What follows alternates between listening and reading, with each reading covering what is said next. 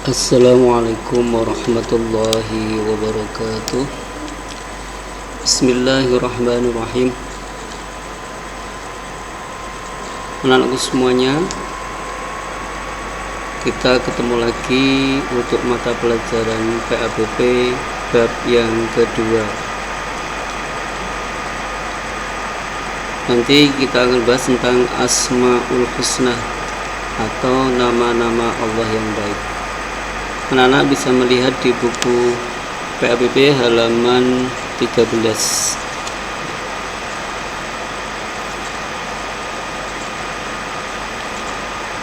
Anak-anak semuanya, di dalam kitab suci Al-Quran terdapat Asmaul Husna atau nama-nama Allah yang baik. Asmaul Husna ini sering kita hafalkan, sering kita murojaah pada saat kita akan melaksanakan jamaah sholat duhur. Anak-anak mungkin banyak yang sudah hafal karena sudah sering kita baca. Asmaul Husna itu jumlahnya ada 99. Sebenarnya apa sih manfaatnya kita mempelajari atau menghafalkan Asmaul Husna ini? Tidak lain adalah supaya kita semakin mengenal Allah, dengan harapan iman dan takwa kita bertambah kuat. Dengan mengenal nama-nama Allah, maka kita semakin mengenal Allah, semakin mengenal sifat-sifat Allah, yang harapannya iman dan takwa kita semakin kuat. Di samping itu Allah juga menyuruh kepada kita semua, kita berdoa dengan menyebut Asmaul Husna. Contohnya, kalau kita minta rezeki kepada Allah, kita dianjurkan menggunakan salah satu Asmaul Husna, Ar-Razzaq dan lain-lainnya. Anak-anakku kelas 2, pada saat ini yang akan kita pelajari tidak semuanya, tidak 99 itu, tetapi hanya ada beberapa yang akan kita pelajari. Yang pertama, sifat Allah yang Al-Ghani. Al-Ghani artinya maha kaya. Kekayaan Allah SWT meliputi apa yang ada di langit dan apa yang ada di bumi.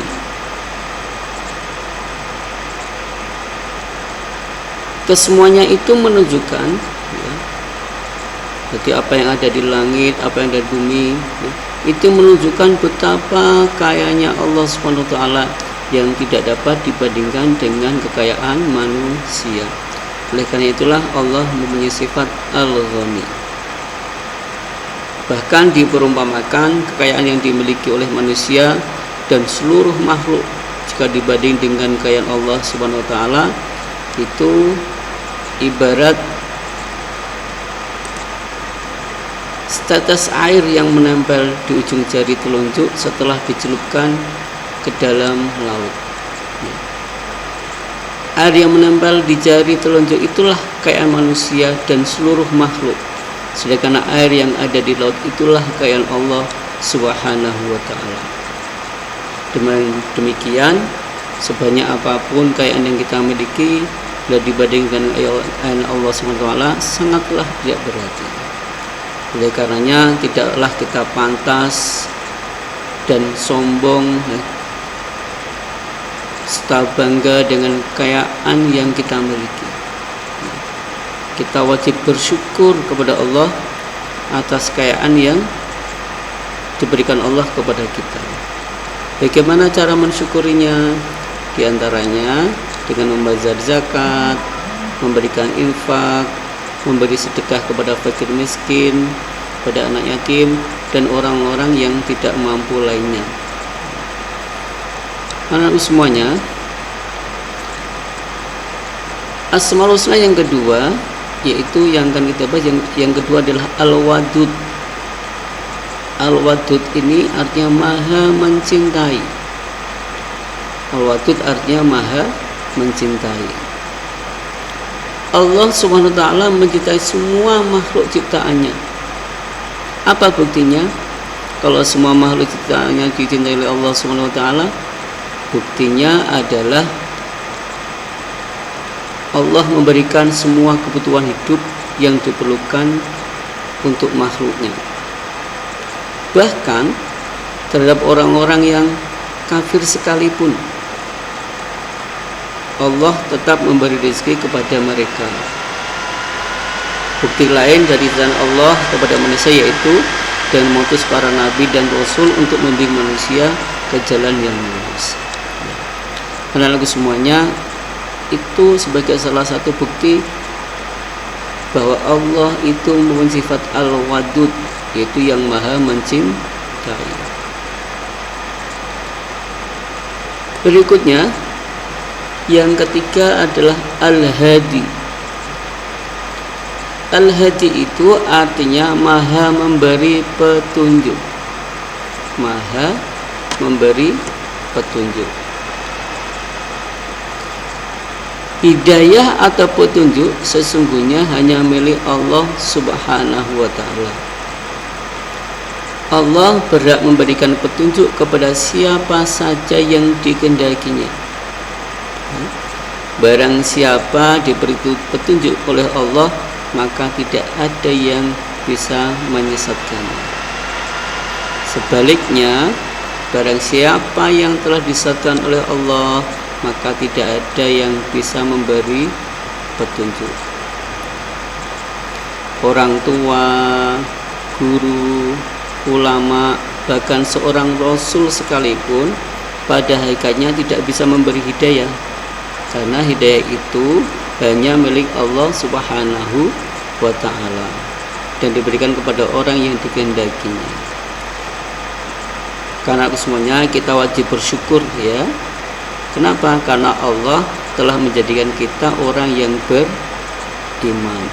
Kita wajib bersyukur.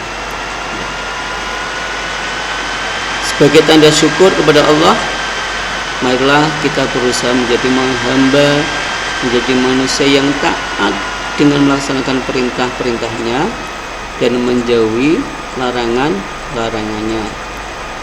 Ketika waktunya sholat, kita sholat ya. Ketika waktunya kita untuk belajar, kita belajar. Kita istirahat ya.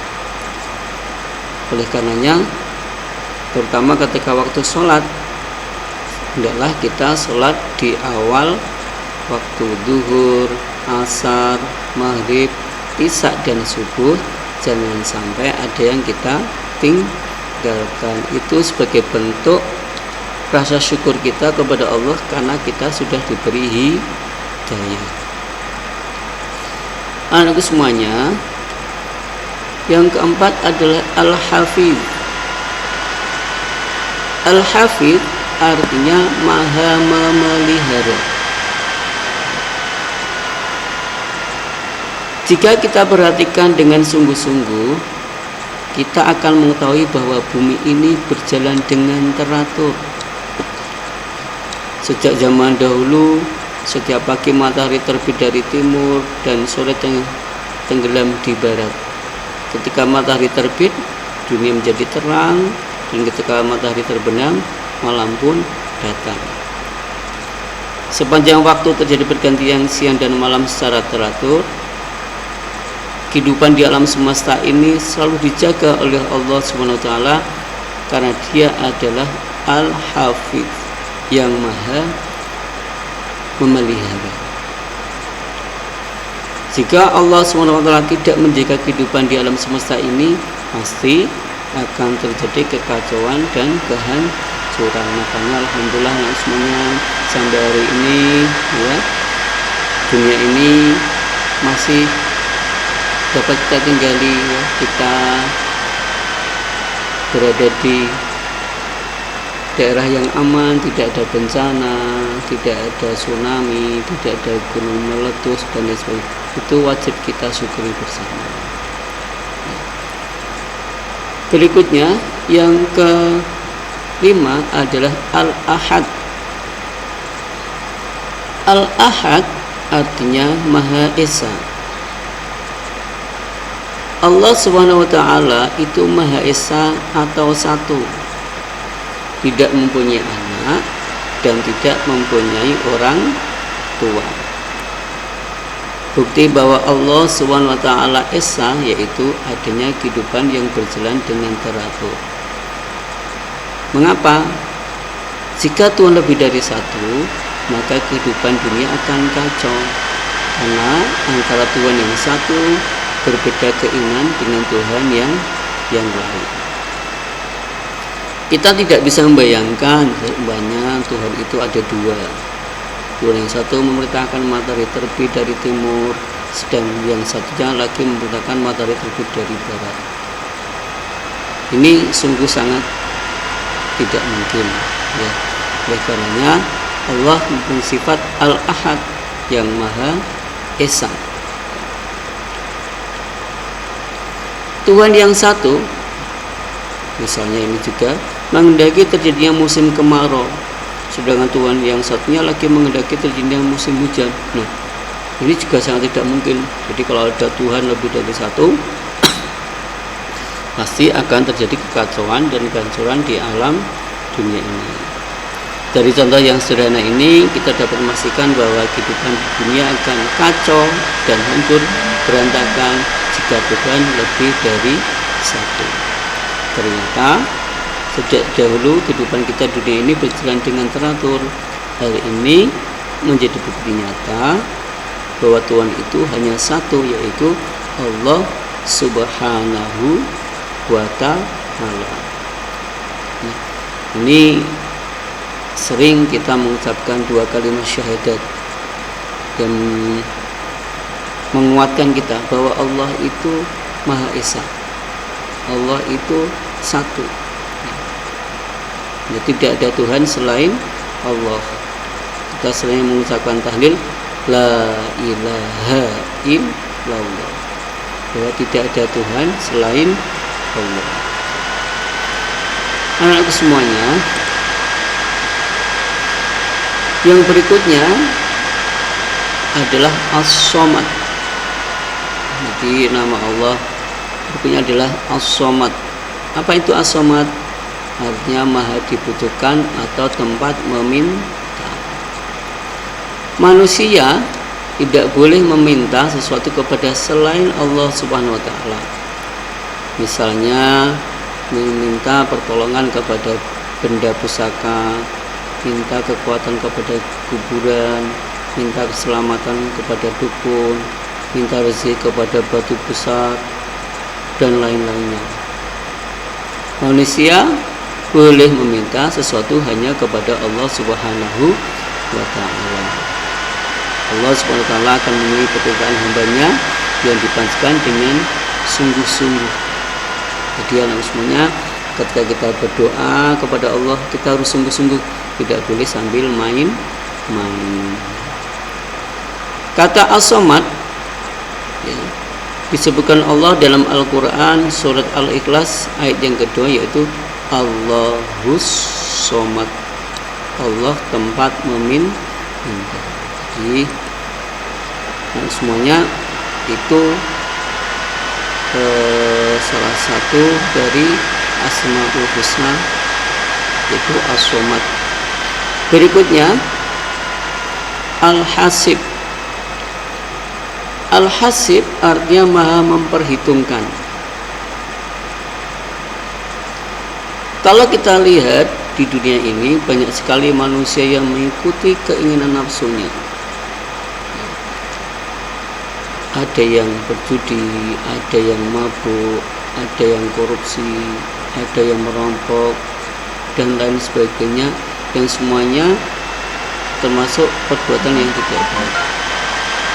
Mereka berbuat apa saja tanpa berpikir apakah perbuatan tersebut baik atau buruk, yang penting mereka senang dan keinginannya tercapai.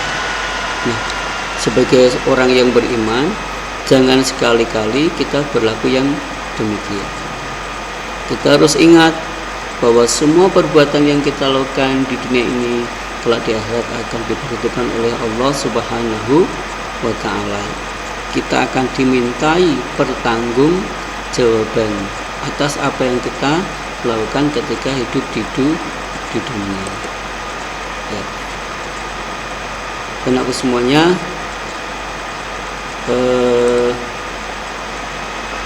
demikian ya pembahasan pada bab 2 ini secara sekilas. Intinya mari kita kenali Allah dengan menghafalkan Asmaul Husna-Nya yang jumlahnya ada 99, yang pada akhirnya iman dan takwa kita kepada Allah Subhanahu wa Ta'ala semakin kuat, semakin kokoh ya, semakin kita taat kepada Allah Ta'ala dengan menjalankan segala perintahnya dan menjauhi segala larangan-larangannya. Demikian untuk semuanya dari Pak Surut, kurang lebihnya mohon maaf. Assalamualaikum warahmatullahi wabarakatuh.